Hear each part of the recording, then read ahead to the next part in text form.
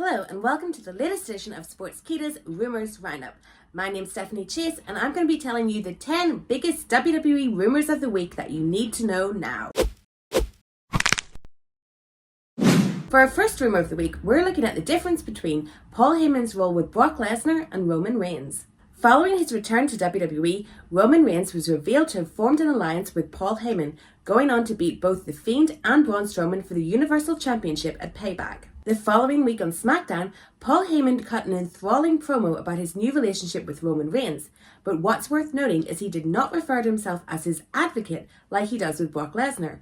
Instead, he's Reigns' special counsel. Wade Keller of Pro Wrestling Torch noted that Heyman's role with Reigns is different to that of his role with Lesnar, where he would speak for Brock. This time with Reigns, you can expect him to do some of the speaking as well, as Heyman is there to improve on his mic skills rather than talk for him.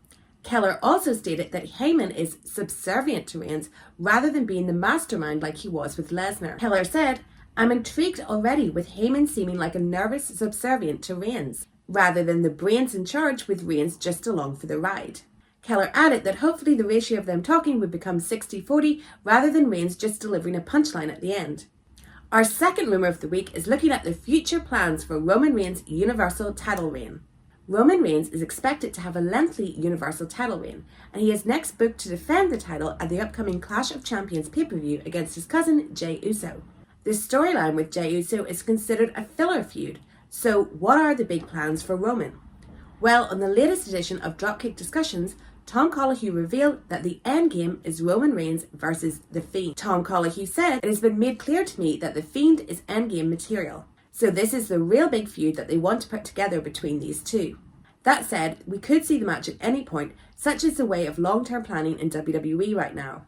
It could be that we see this match very soon, even as soon as Hell in a Cell. I would be surprised though to see it happen before the Royal Rumble.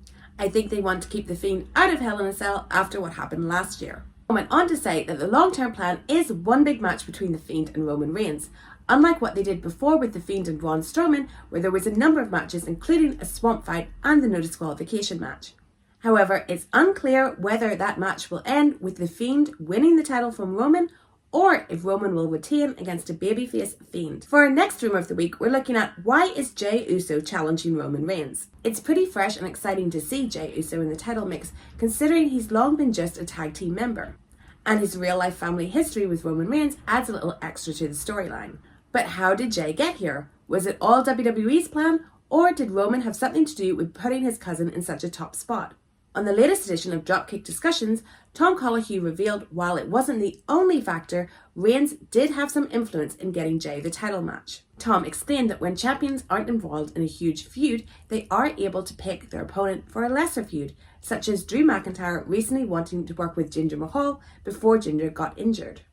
Tom stated, "I'm sure this discussion did take place during the period which they were convincing him to return to WWE." For our next rumor of the week, we're looking at the Intercontinental title plans for Clash of the Champions. A few weeks ago, Jeff Hardy beat AJ Styles, beginning his 5th reign as Intercontinental Champion. But now Sami Zayn has returned, saying that he's the real Intercontinental Champion. With AJ, Jeff Hardy, and now Sami returning to the mix, it's made the whole Intercontinental Championship picture a little confusing, and it certainly needs straightening out before the Clash of the Champions pay-per-view. Well, on a recent Wrestling Observer Radio, Dave Meltzer spoke about the possible plans for the Intercontinental Championship at Clash of the Champions. According to Dave, Jeff Hardy will defend his title in a triple threat match against AJ and Sami Zayn. And while WWE hasn't announced the match yet, it certainly does seem like the most plausible outcome of the current Intercontinental Championship situation.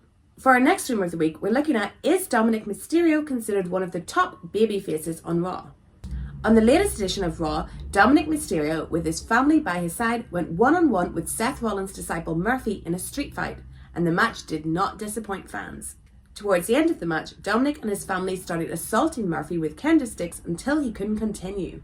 Now PW Insider is reporting that the company sees Dominik as one of the top 25% of superstars on Raw. That means that Dominik is among the 2 or 3 top babyfaces on the brand. So with fan and company support behind him, you can certainly expect Dominik Mysterio's push on Raw to continue. Our next rumor of the week looks at, was there backstage tension with the Banks and Bayley feud? Bayley finally turned on Sasha Banks on last week's episode of SmackDown, and the segment managed to draw the highest viewers rating in months. So now the feud between the two real-life best friends has finally happened.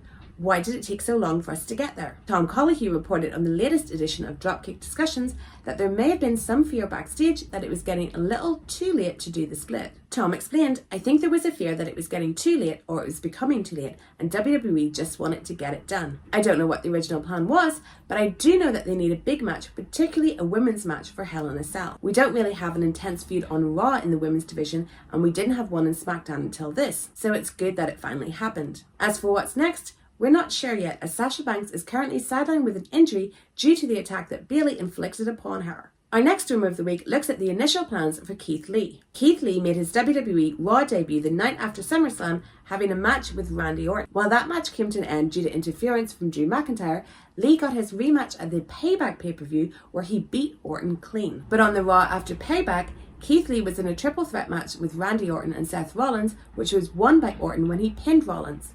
So why was Lee brought up to the main roster? Well, according to Tom Collahue, the original plan was to have Lee feud with Seth Rollins for a month before moving into the United States Championship picture. Collahue also noted that the plan may be unlikely now as Rey Mysterio is injured. So with that said, it is possible that Keith Lee could go on to feud with Bobby Lashley for the United States Championship. Lashley won the championship recently when he beat Apollo Crews at Payback, and since then there's no definite feud that WWE is building for the United States Championship.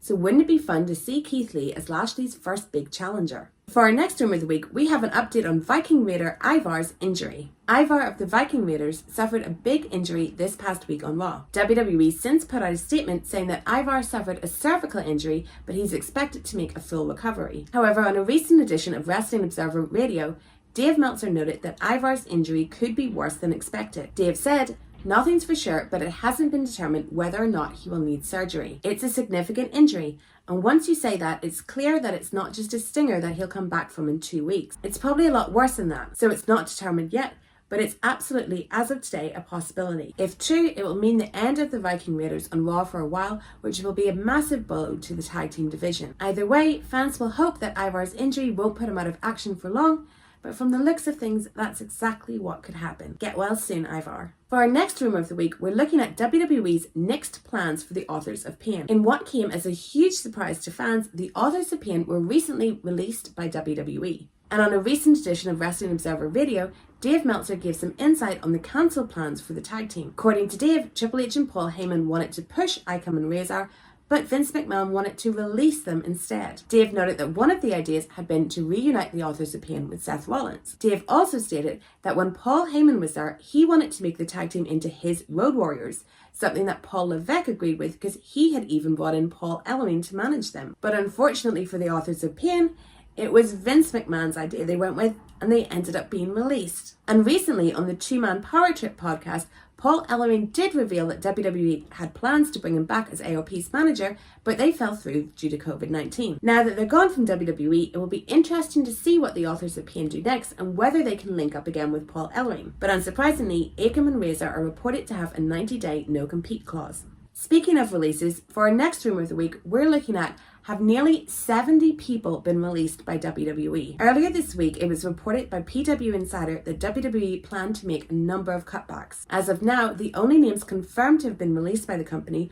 are Gerald Briscoe, Sarah Stock, and Mike Rotunda, The Fiend's dad. In the latest edition of the Wrestling Observer newsletter, Dave Meltzer wrote that nearly 70 employees had been released by the company. These were employees that they had furloughed back in April, but did not want to bring back. Production managers, live event producers, and people who worked in departments such as travel, merchandising, and live events were hit hardest by the cuts. And the belief is that WWE released older employees in order to keep on the younger workforce. Meltzer also revealed that there is some bitterness among the people who felt that they were strung along. And sources also revealed to the Wrestling Observer newsletter that WWE's furlonged employees were told they would be brought back, but the date kept changing every month. The delays led to many of the furlonged employees starting to look for work outside WWE. But despite 70 employees reportedly being released, WWE did state that no talent would be released during this time. And that's all from me. Thank you so much for watching. Don't forget to subscribe to Sportskeeda's YouTube channel as well as following them on Twitter,